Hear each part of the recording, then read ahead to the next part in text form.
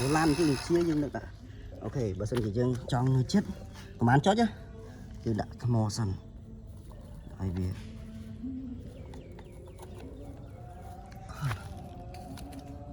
tỏ với sân thì mình thi sao lên chư nữa hả tỏ muối bí bay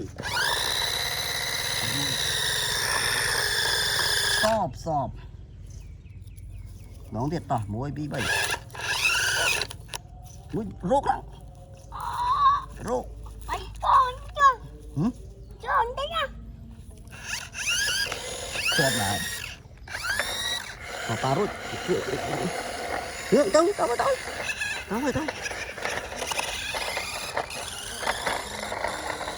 ui chụp chơi ôi châu lòng lục tay bạn không nhỉ ơi Chờ chơi mà. lặp mang tụng ấy mang chấm ô lặp bạn ơi chẳng mà tụng nữa tụng lẹ nữa này chui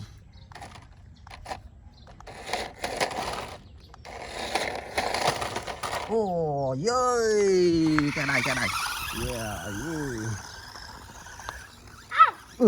tụi nó tí đây chọp tí đây mà khói chọp bạn tí đây chọp mà khói má ở nước lăng muối tôi múc khói ọt mạo mưa pai mà chân chia càng một bằng múc được khói này mưa pai vậy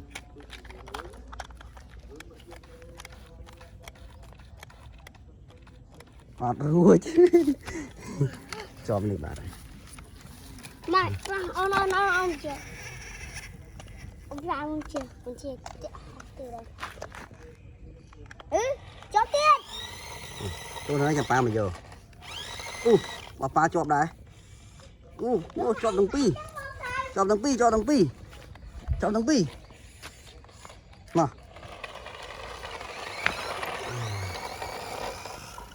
thôi rồi rôm nó đi mà thôi rôm đó thôi thôi à mũi điện rốt điện rồi khăn muối đi vậy rồi nó cũng chẳng hạn đi mà chui Không khăn à. Ôi. trên hơi chiếm muối đi cứ chui dần đi chọp lại Chào mong. còn anh chăm rô muối bí bê rô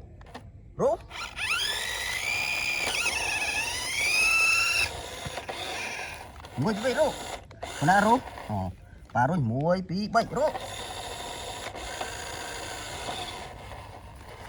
phá khăn dịch một muối bí bê rô mà Không cũng lâu nè. chọp lại đây cho thằng pi